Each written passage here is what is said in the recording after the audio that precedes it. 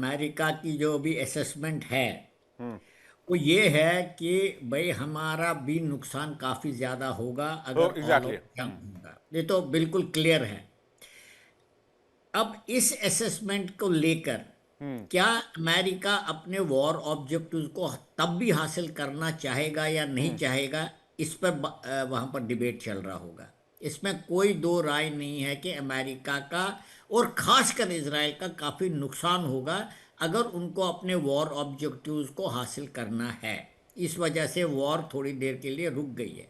लेकिन अगर हम ये मानेंगे कि अमेरिका के बहकावे में आकर या अमेरिका ने उनको एगॉन करके इतने सारे ईरानियंस को मरा दिया, ये कह कर के हम आपकी मदद करने वाले हैं, रजा पहलवी आ रहे हैं वहां पर आपको बचाने के लिए, और इतनी सारी दुश्मनी के बावजूद जो पिछले 1979 के रेवोल्यूशन के बाद आपस में चल रही है, क्या अमेरिका स्टेप बैक कर सकता है? नहीं कर सकता, क्योंकि उनका पूरा दिल भी फेसलेस, मतलब उनका बहुत नुकसान हो जाएगा। उनकी छवि वैसे ही खराब हो रही है और भी ज्यादा खराब हो जाएगी।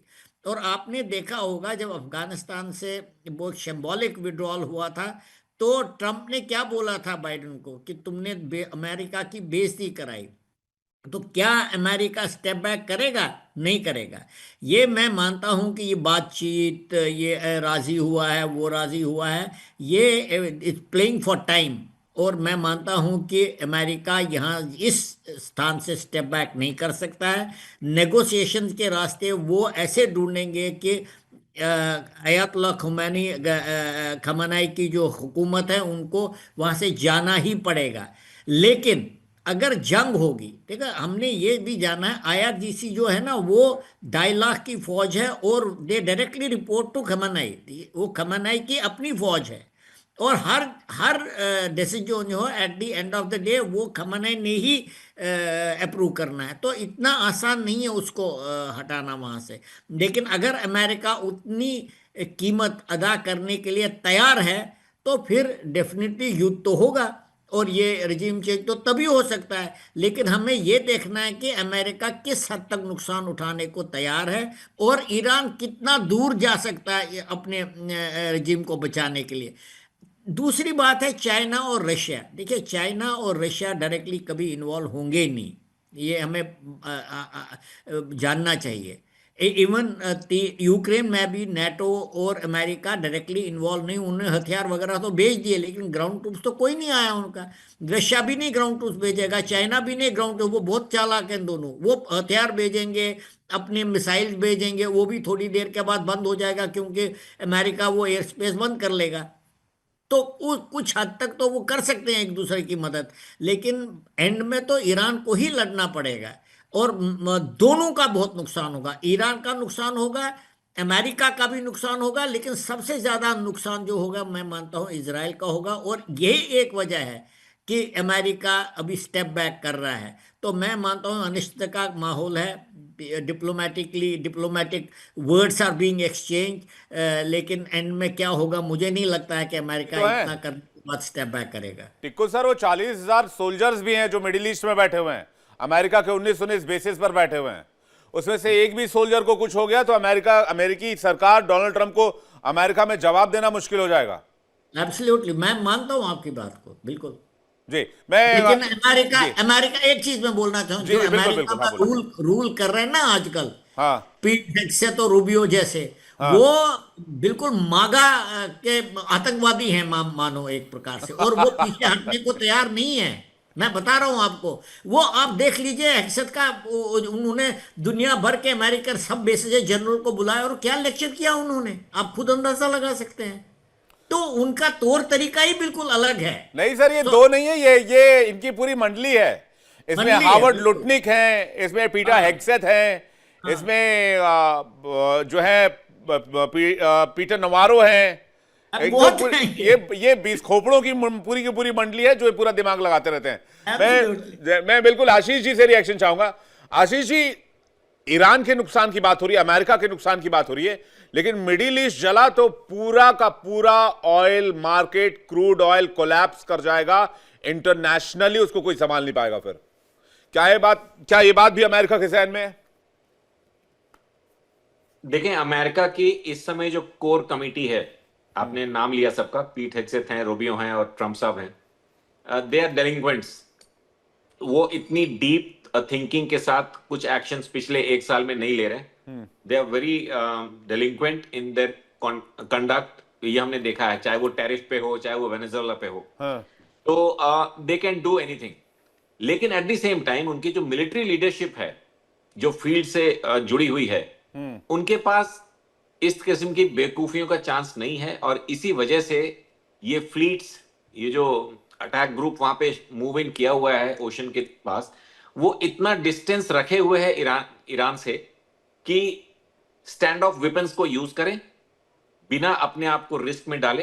एयरबॉर्न प्लेटफॉर्म्स पे, वो चाहे F-35 से हो, रैप्टर से हो, वो स्टैंड ऑफ वेपन्स यूज करेंगे जब वो ईरान की मार के जद में नहीं होंगे। और उसके बाद एब्सोल्यूट एयर डोमिनेंस, ईरान की वॉर वेजिंग कैपेसिटी को 50% क्रिपल करने के बाद ही ये फर्दर मूव इन करेंगे। बट ये एक बहुत ही डेंजरस सिनेरियो होगा। उसके पहले इनके पास काफी मिसाइल्स हैं और ईरान से ये काफी दूर हैं, तो ये अपना सेफगार्ड लेकर चल रहे हैं। लेकिन एट द सेम टाइम ये बात तो सही है कि अब यहां से यूनाइटेड स्टेट्स ऑफ अमेरिका बिना ईरान में कुछ चेंजेस लाए वापस स्टेप बैक नहीं कर सकता। They have the power to hold, stand off can continue.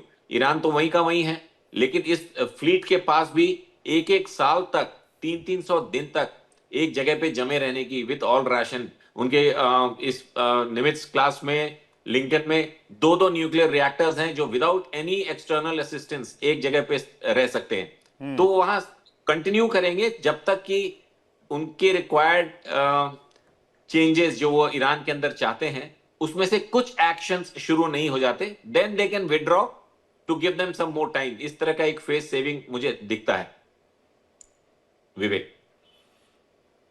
और इजराइल का क्या इस सब में? इजराइल तो कह रहा है कि ऐसा हमला होगा जिसकी कल्पना आज तक किसी ने नहीं की होगी। ईरान पर इस तरह का अटैक होगा। वो तो मसल फ्लेक्स कर रहे हैं sir.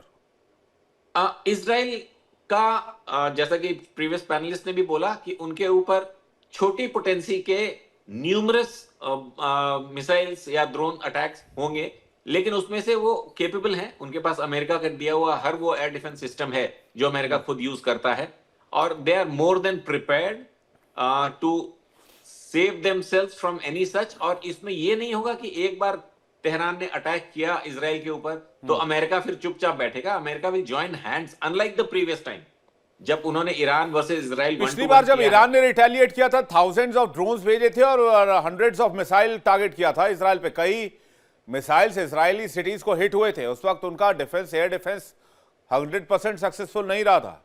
Vivek, the damage on ground, इसीलिए अभी किसी ने बोला था कि Iran has the power to sink Lincoln.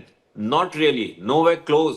वो नंबर ऑफ हिट्स से मतलब नहीं होता है, the potency of the warhead जो इन ड्रोन्स पे, इन मिसाइल्स पे कैरी होते हैं। अगर आप देखें जितने नंबर्स उन्होंने बोले थे हमने इजराइल पे मारे हैं, Israel would have been devastated, but nothing happened. Within 24 hours they were back.